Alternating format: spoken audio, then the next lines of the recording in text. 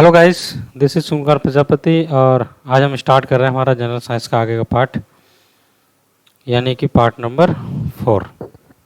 हम लोगों ने पार्ट नंबर 1, 2, 3 और टॉपिक वाइज भी बहुत सारे कंसेप्ट जो है वो डिस्कस किए हैं। सारे वीडियोज आपको मेरे चैनल के प्लेलिस्ट में मिल जाएंगे। ठीक है, ये जो जनरल साइंस की क्लास है ये सभी कॉम्पिटिटिव एग्जाम्स, जितने भी कॉम्पिटिटिव एग्जाम है सब के लिए बेनिफिशियल है। चाहे वो आपका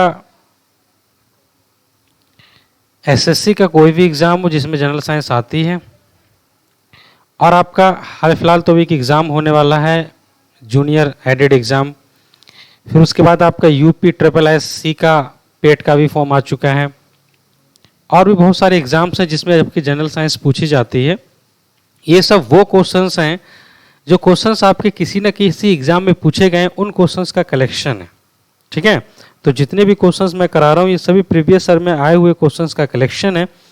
तो आइए स्टार्ट कर रहे हैं। सबसे पहला क्वेश्चन, और मैं एक चीज़ और बता देता हूँ, जो पीडीएफ मेरे पास है, इस पीडीएफ को अगर आप पाना चाहते हैं तो टेलीग्राम पे आप सर्च करेंगे आदर्श क्लासेस रामगढ़, सुनील भी बगल में लिखेंगे। ठीक है, तो आपको जो है वहाँ पर एक मिल जाएगा चैनल, और चैनल में यहाँ देख रहे हैं एक लोगो देख रहे हैं आप, लोगो सेम लोगो वहाँ पर आपको नज़र आएगा, उस पर आपको ज्वाइन करना है। चैनल अभी मैंने रिसेंटली बनाया, इसलिए बहुत ज़्यादा लोग तो वहाँ मिलेंगे नहीं, लेकिन आपको आपके काम की चीज़ मिलती रहेगी वहाँ पर। ठीक है, अगर आप उसको सब्सक्राइब करते हैं और वहाँ पर जुड़ जाते हैं जा करके तो। ठीक है, तो क्या लिखा है, सबसे पहला क्वेश्चन आप देख सकते हैं 27 यहाँ पर है। सबसे पहला क्वेश्चन कि निम्नलिखित में से कौन सा सही सुमेलित है। निम्नलिखित में से कौन सा सही सुमेलित है, यानी कि इसमें से सुमेलित सबको, यानी कहने का मतलब कि इसका कॉम्बिनेशन सही है। ठीक है, अब सबसे लास्ट वाला ऑप्शन देखिए क्या लिखा है, जंक्शन डायोड, और इसको मिलाया किससे, आवर्धक नहीं। जंक्शन डायोड का आवर्धक से कोई संबंध नहीं होता है। दूसरा, उसके बाद सी ऑप्शन देखेंगे, उसमें लिखा हो बाईपोलर जंक्शन ट्रांजिस्टर। ठीक है, बाईपोलर जंक्शन ट्रांजिस्टर, इसका प्रयोग आपका दिष्टकारी से बिल्कुल नहीं है। ठीक है, दिष्टकारी यानी डीसी से कुछ मतलब नहीं होता है। ठीक है, उसके बाद आपका संधारित्र, ठीक है, इसका भी मतलब जो है आपका थर्मामीटर से नहीं है। फिर उसके बाद है थर्मारेसिस्टर, इसका मतलब इलेक्ट्रॉनिक थर्मामीटर। हाँ, ये सही है, थर्मारेसिस्टर का जो उपयोग है यानी कि उसका मतलब जो है वो इलेक्ट्रॉनिक थर्मामीटर से होता है। ये है क्या, सबसे पहली बात ये जाने, ये है क्या, ये एक उपकरण होता है मेरे दोस्त। क्या होता है, ये एक आपका उपकरण है। इस उपकरण का क्या काम है, ये इलेक्ट्रॉनिक थर्मामीटर की भांति कार्य करता है। इलेक्ट्रॉनिक थर्मामीटर ना इसकी भांति क्या करता है, कार्य करता है, मतलब उसी की तरह कार्य करता है। समझ गए, इसलिए ऑप्शन नंबर ए जो है वो आपका राइट आंसर हो जाएगा। चलिए बढ़ते क्वेश्चन नंबर 28। क्या लिखा है कि रक्त दाब नापने के यंत्र का नाम क्या है। टोकोमीटर, एंटीमीटर, बैरोमीटर, ठीक है, स्फेग्नोमीटर क्या नाम है इसका। ठीक है, रक्त दाब मापने वाले यंत्र का नाम आप तो जानते हो, बहुत पॉपुलर नाम है, और उसका नाम है स्फेग्नोमीटर। ठीक है, स्फेग्नोमीटर इज द राइट आंसर, इसका यूज किया जाता है। ठीक है, रक्त दाब को मापने के लिए। ठीक है, आई होप समझ में आ गया होगा आपको। चलें आगे बढ़े, चलिए बढ़ते हैं, ऑप्शन नंबर डी इसका राइट आंसर है। चलिए बढ़ते हैं आगे। क्वेश्चन नंबर 29 है कि निम्नलिखित में से किसे, है ना, 1500 यानी 1500 डिग्री सेल्सियस से अधिक ताप मापने हेतु प्रयोग में लाया जाता है। 15 से ज़्यादा। ठीक है, चिकित्सक थर्मामीटर नहीं भैया, इसका तो प्रयोग। ताप विद्युत युग नहीं, ये भी नहीं है। प्लेटिनियम प्रतिरोधक थर्मामीटर नहीं। Pyrometer is the right answer. Pyrometer जो है वो इसका राइट आंसर है, क्योंकि इसका प्रयोग किया जाता है किसके लिए, 1500 से ज़्यादा डिग्री वाले टेम्परेचर को मेजर करने के लिए, यानी कि 1500 से ज़्यादा डिग्री सेल्सियस अगर टेम्परेचर हो जाए तो उस टेम्परेचर को मेजर करने के लिए वो पायरोमीटर का प्रयोग करते हैं। ठीक है, किसका प्रयोग करते हैं, पायरोमीटर का। इस सब चीज़ों को आप याद रखेंगे। चलिए दोस्त मेरे बढ़ते हैं हमारे अगले प्रॉब्लम पे। देखिए अगला प्रॉब्लम क्या है, क्वेश्चन नंबर 30 है कि प्रकाश की तीव्रता नापने के लिए जिस उपकरण का प्रयोग किया जाता है उसे क्या कहते हैं। प्रकाश की तीव्रता, एनीमोमीटर नहीं, क्लोरोमीटर नहीं, ठीक है, लक्सीमीटर है ना, लक्समीटर जो है उसको कहा जाता है। यानी कि प्रकाश की तीव्रता को मापने के लिए हम लोग लक्समीटर का प्रयोग करते हैं। किसको नापने के लिए मेरे दोस्त, प्रकाश। ठीक है, प्रकाश की तीव्रता, तीव्रता का मतलब होता है उसकी इंटेंसिटी। ठीक ठीक है, इंटेंसिटी ऑफ लाइट, उसकी इंटेंसिटी को मापने के लिए लक्स मीटर का प्रयोग किया जाता है।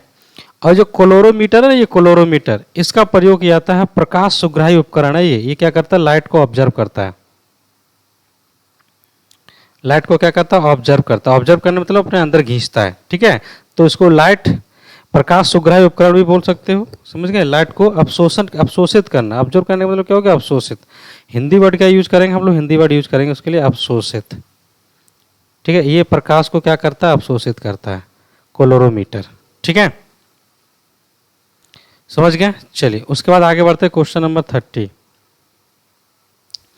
रडार उपयोग में आता है, किस में उपयोग में आता है भैया, प्रकाश तरंगों द्वारा वस्तुओं का पता लगाने में, ध्वनि तरंगों को परावर्तित कर वस्तुओं का पता लगाने में, रेडियो तरंगों द्वारा वस्तुओं की स्थिति ज्ञात करने में, या फिर वर्षा करने वाले बादलों का पीड़ा करने में।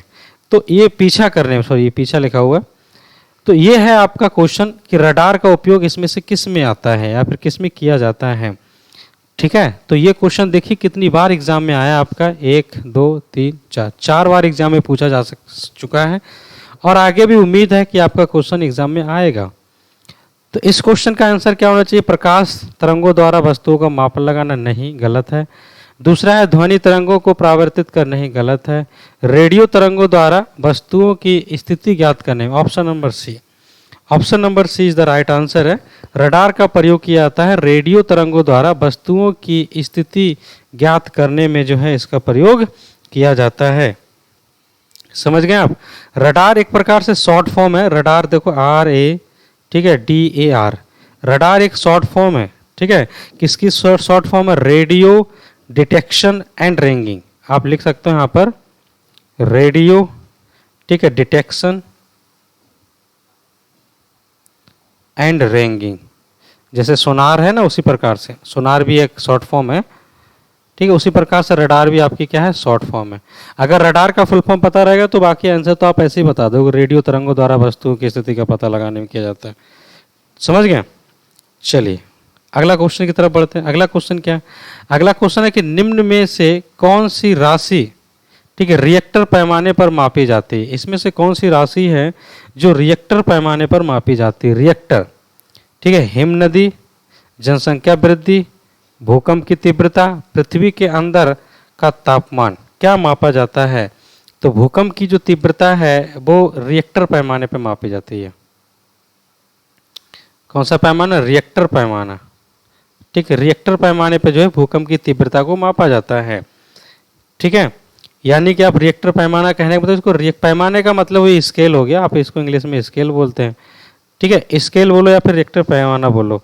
तो भूकंप की तीव्रता मापने में इसका प्रयोग किया जाता है, समझ गए। चलिए बढ़ते हैं आगे, क्वेश्चन नंबर 33। क्या लिखा है, भूकंप की तीव्रता का मापन किया जाता है, अभी तो हमने बताया आपको, रिएक्टर पैमाने पर, डेसिबल नहीं, ठीक है, डेसिबल नहीं है, केल्विन नहीं है, पास्कल नहीं, केल्विन तो आप जानते हो टेम्परेचर मेजर करता है, पास्कल प्रेशर को मेजर करता है, डेसिबल आपके साउंड, ठीक है, डेसिबल साउंड। चलिए बढ़ते हैं अगला क्वेश्चन 34। रिएक्टर पैमाना मापने के लिए प्रयोग किया जाता है ध्वनि की तरंगें, प्रकाश की तीव्रता, भूकंप लहरों का आयाम, ध्वनि का तीव्रता। बताइए, अभी मैंने तुरंत इसका आंसर बताया, जल्दी बताएं कि अभी तुरंत मैंने आंसर बताया आपको कि रिएक्टर पैमाना मापने के लिए प्रयोग में लाया जाता है, ठीक है, ऑप्शन नंबर सी, भूकंप लहरों का आयाम। देखिए कितना इजी क्वेश्चन है, यूपीपीसीएस प्री स्पेशल मेंस 2008 में आया हुआ क्वेश्चन है।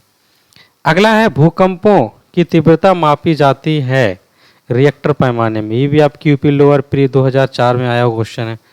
36 में कि कौन सा सुमेलित नहीं है, सेल्सियस आपका ताप से है, किलोवाट आवर आपका पावर से है, ठीक है, RH फैक्टर है ना, RH फैक्टर, तो RH फैक्टर तो आपका ब्लड से जुड़ा हुआ है रहता है, आप तो जानते हैं इसको, ठीक है। और रिएक्टर पैमाना आवर्ती नहीं, आवर्ता आंद्रता, रिएक्टर पैमाना आपका आंद्रता से नहीं है, आंद्रता का मतलब होता है आपका क्या चीज, वाटर वेपर। तो रिएक्टर पैमाना तो आपका भूकंप से रिलेटेड है, ठीक है।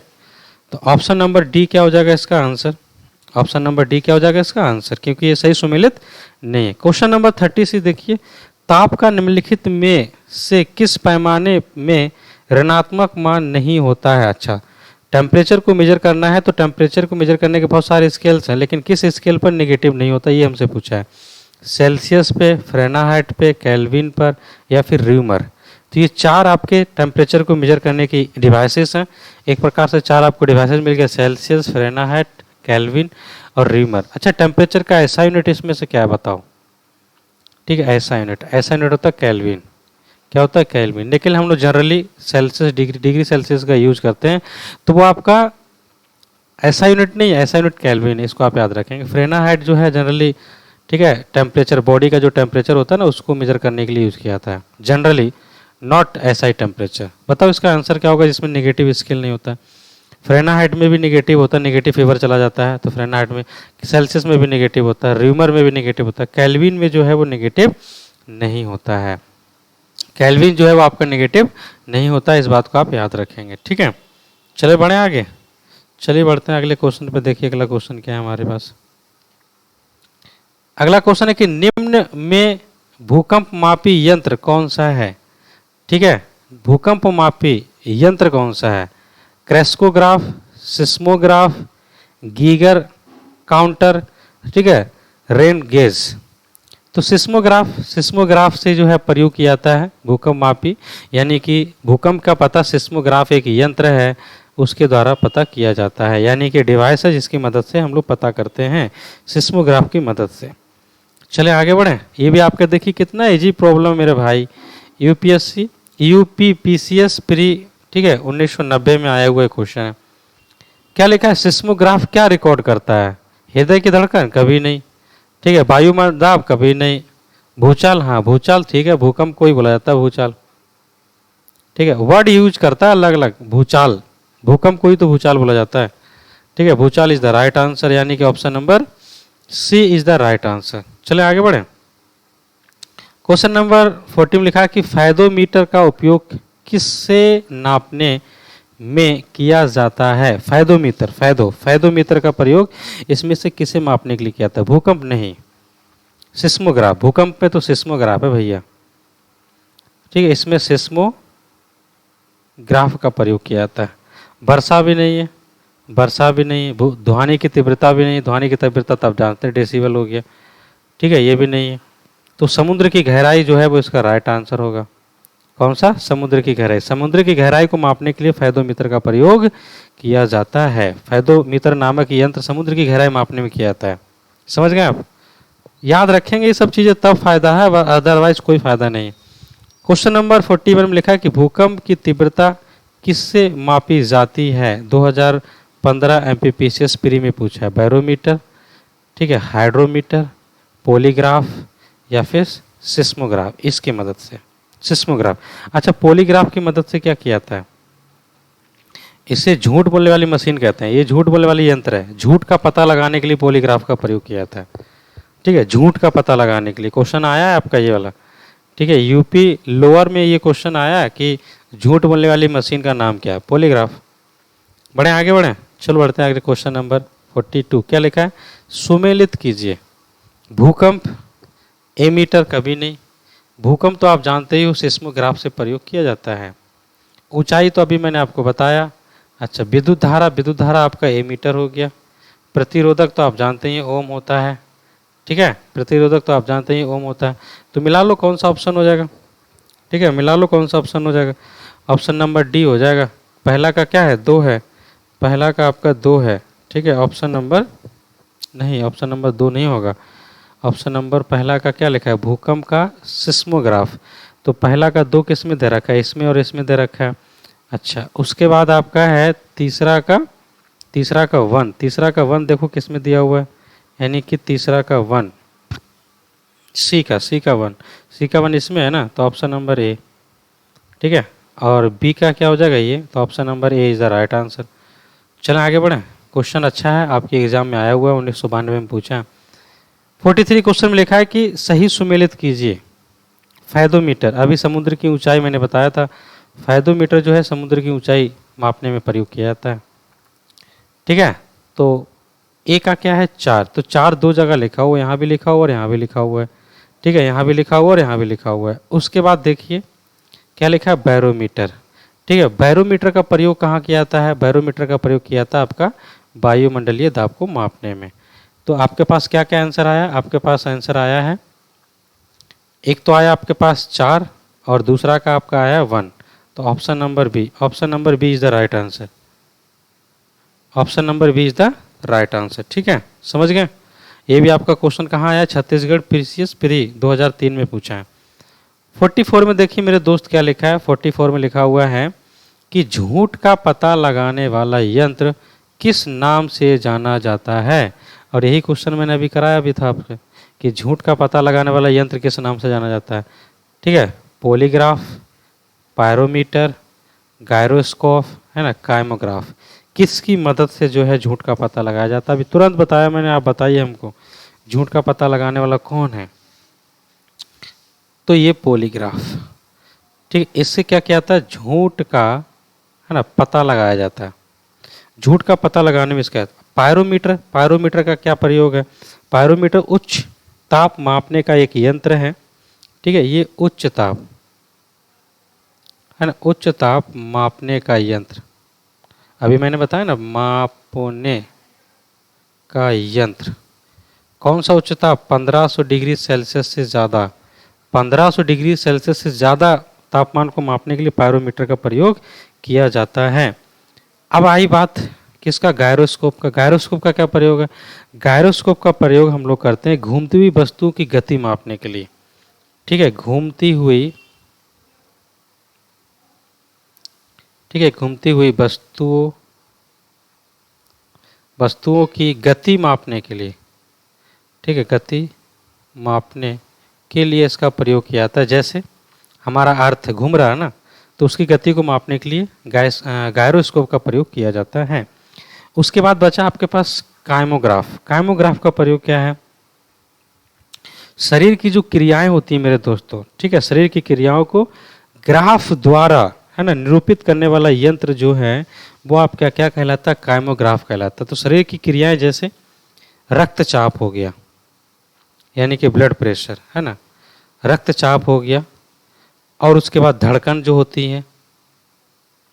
आपने एक मशीन देखा होगा आईसीयू में जब भर्ती होता है तो एक ऐसे करके चलता है ना, ये सारी चीज़ें। तो इन सभी चीज़ों को, है ना, रिप्रेजेंट करने के लिए हम लोग काइमोग्राफ का प्रयोग करते हैं। किसका प्रयोग करते हैं? काइमोग्राफ का प्रयोग करते हैं। ठीक है, तो ये कहानी आपकी यहीं पर ख़त्म हुई। 44 क्वेश्चंस थे आपके इस आधार पर। तो इससे पहले वाला पार्ट 3 था जिसमें आपने कुछ क्वेश्चंस देखे, ये आपका पार्ट 4 है, कंप्लीट हो गया। अब यहाँ से हम लोग मैकेनिक्स के बारे में पढ़ेंगे, यानी मैकेनिक्स फिजिक्स के जो क्वेश्चंस हैं, ठीक है, उन क्वेश्चंस के बारे में डिस्कस करेंगे आगे आने वाले वीडियो में। तो अगर आपको क्लास अच्छी लगी हो तो क्लास को शेयर जरूर कर दीजिएगा अपने दोस्तों के साथ, और पीडीएफ प्राप्त करने के लिए आप मेरे टेलीग्राम अकाउंट को ज्वाइन कर लीजिएगा। ठीक है, मुझे उम्मीद है कि आपको आज का क्लास बहुत अच्छा लगा होगा। ठीक है, चलिए बाय, थैंक यू।